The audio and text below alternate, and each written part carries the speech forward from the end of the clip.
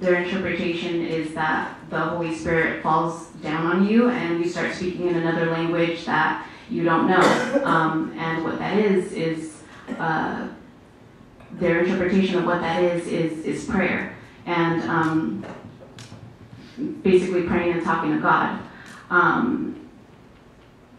And when I was studying Islam, obviously that was one of the things that I had a question about because, you know, I've seen it, I've done it. I've been in the Pentecostal church from, 12, 13, and, you can't tell me it's not real because it is, and I've seen it before.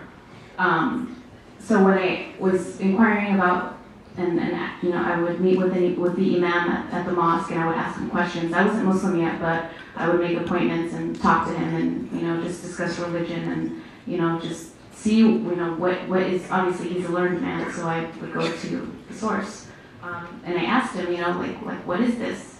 And this whole conversation is just like burned into my memory. He says, when you're speaking in tongues, what is it? And I said, well, it's prayer. And he says, okay. And he's like, and what is praying? And I said, when you pray, it's like you communicate with God. You're talking to him, you're communicating with him. And he says, okay, so what is communication? And I said, communication is mutual understanding between two parties. And when you speak to the other person, they understand you, and vice versa. And he says, okay, so when you speak, do you understand? And I said, no. And he said, so what is it? And I said, I don't know. So he kind of stumped me there. And as I studied a little more, it's from my understanding, and may God forgive me if my understanding is faulty or if I misunderstand, But from my understanding is that it's jinn, and that was it was pretty intense. But it did answer my question about what that is. So yeah. Okay. So answer my question. Islam helped me ask why. It helped me question every single thing that kind of confuses you. Why? Who am I? What do I want to be? In Christianity, I felt that you couldn't ask why. You just have faith. And what I like about Islam is it says, question me, pretty much what I feel. Question me, you're going to come back to the truth. It's true. It's telling you, go out, try all these things. This is the truth, but go try. Okay, and it's saying to seek knowledge. The first thing that came down, Iqra, read. The Prophet, peace be upon him, said, I can't read. I don't know how to read. Read. Gain knowledge. This is why, I guess this is some answer my question of, I'm hungry to learn. I want to, it satisfies my hunger, my questioning. My favorite word is why, and the Quran has answers.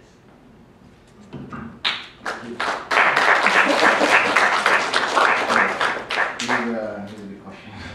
Did you have any misconceptions about Islam? No, I didn't know anything about it.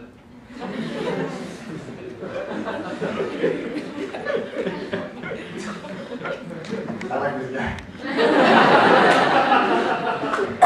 Somebody's got to keep us on schedule. It's funny because the guys keep it concise and the girls like to talk. You're not getting very good at this community.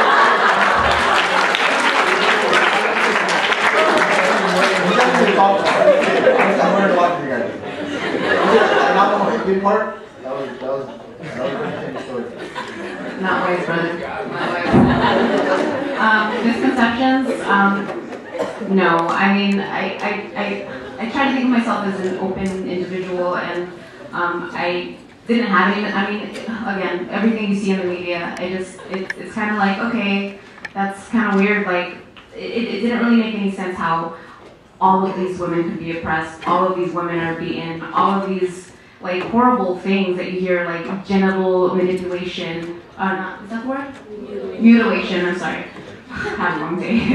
Yeah, like genital mutilation, and it doesn't make sense. Like really, like all these women are going through that. Like they must really be very unhappy. But it didn't make sense to me. So just all these, and a lot of these things are cultural things, and you know, people just tie that into the religion. But no, I didn't. I was just completely ignorant, and I can admit that I was completely ignorant about what Islam was, about what it stood for. So I decided to take initiative and learn, and you know, like she said, Iqra, like learn, read, understand, you know, and you know, oh God, what's his name? He's a writer, something Glasgow, Arnold Glasgow, I believe. Anywho, but he has a quote which I love, where he says that. Ignorance is the shadowed root of all. Ignorance is the shadow of fear. Is that right? Well, anyhow, basically what he's saying is, you know, if you're ignorant on something, you're going to be afraid of it. So, you know, I decided I just wanted to not be ignorant about Islam and what it stood for, and all of the misconceptions and all of these ugly things that I saw in the media, I just didn't choose to believe it because I wanted to know and see and confirm it for myself. So. We will have. We're good. Okay. Misconceptions. Well, yeah, I thought all Muslims were the Taliban. So that was a pretty big misconception. Because obviously I'm not blowing anything up right now, so, you know. Yeah, so I guess, you know, I kind of like you, I didn't know anything either.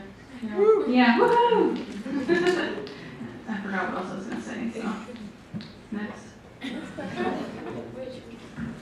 So I guess, you know, if I stand up, I have a longer response, and if I'm sitting down, I have a shorter response, and I have longer response.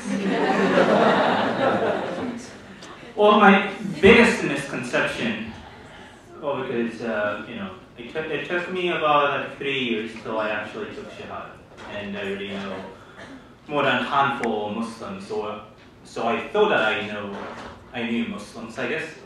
So one day, I was in the office, supposed to interview somebody for like a student leadership position. I was in student government when I was at the Cal State Long Beach, and one girl came in with her application. Then I was looking through the resume, and look up and say, "Oh, you're a Muslim?" Like totally caught me off guard. Do you know why?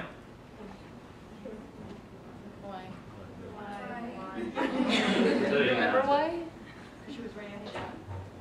And she was not wearing hijab. She was not wearing hijab, so she didn't have a scarf.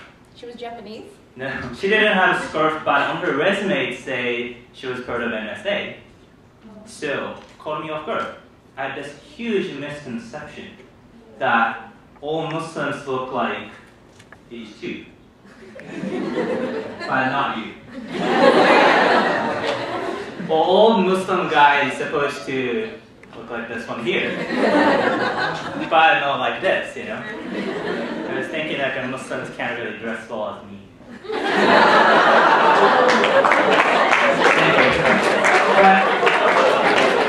So, you know, this is like a huge misconception, and you know, I think sometimes even we have it as Muslims, as much as the people outside of our community has it. Because people with a scarf or people with a kufi and a toe stands out. But I can blend in, and I can totally blend in still. But I still get asked to go through the scanner when I go to the airport. I don't know why. But you know, this is something to really think about, I think. As I was thinking about accepting Islam and embracing Islam, I fast whole month of Ramadan with my friends. I went to masjid a couple of times, but I never took Shahada at that point. Because when I was looking at people who come to the mosque and who, you know, people fast, people dress like this, dress like her, I was like, it doesn't seem like I'm Muslim enough to be Muslim. And that was the misconception.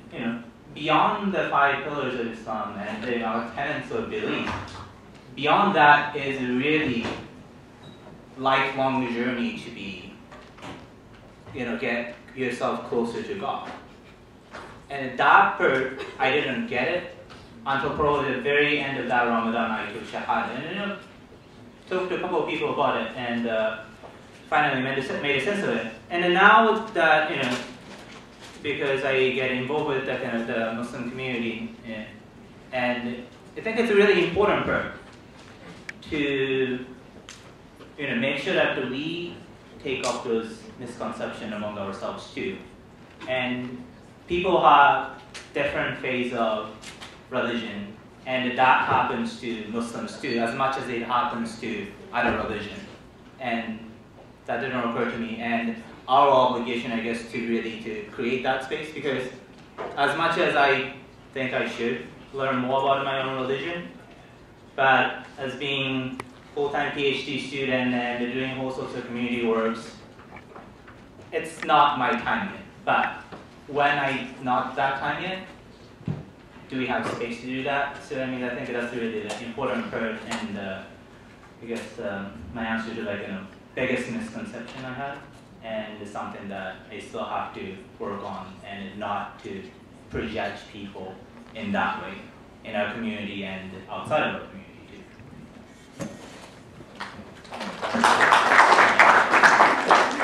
So this is the last question, and feel free to talk more on this one because we actually have time. So, especially the guys. Okay. Have you incorporated your new faith in your daily life, and were there any challenges, opportunities? Okay, integration of Islam in our life. Well, Islam is our life. Our life is our religion. That's kind of the way it should be, shouldn't it? Everything you do should be for God.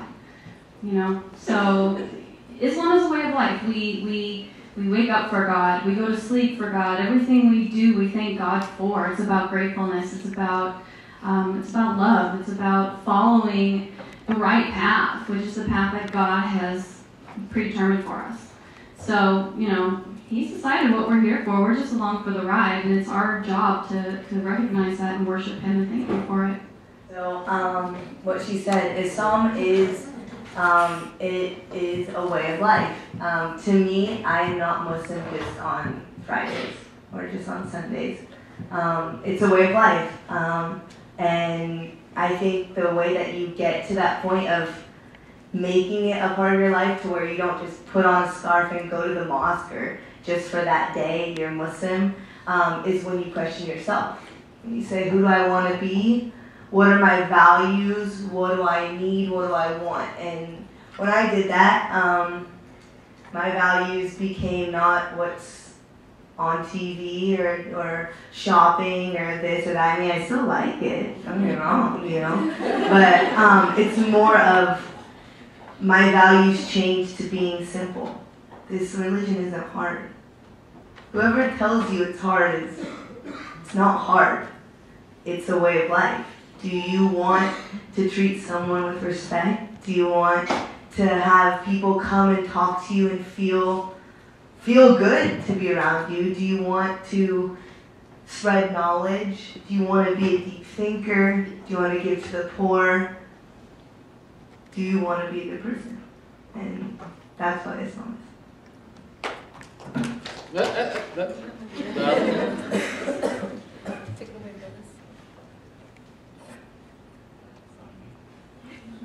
Question number 6, right? Correct. So how have you incorporated your new faith in your daily life? Challenges, any opportunities? So I didn't have this transformational experience per se when I took Shahada, but I embraced Islam. So no, nothing really drastically changed in my life, and by virtue of that, didn't quite have any challenge per se. I'm going to answer that question with a question. If you're living your life without purpose, are you really living? I was living without purpose for the first 19 years of my life.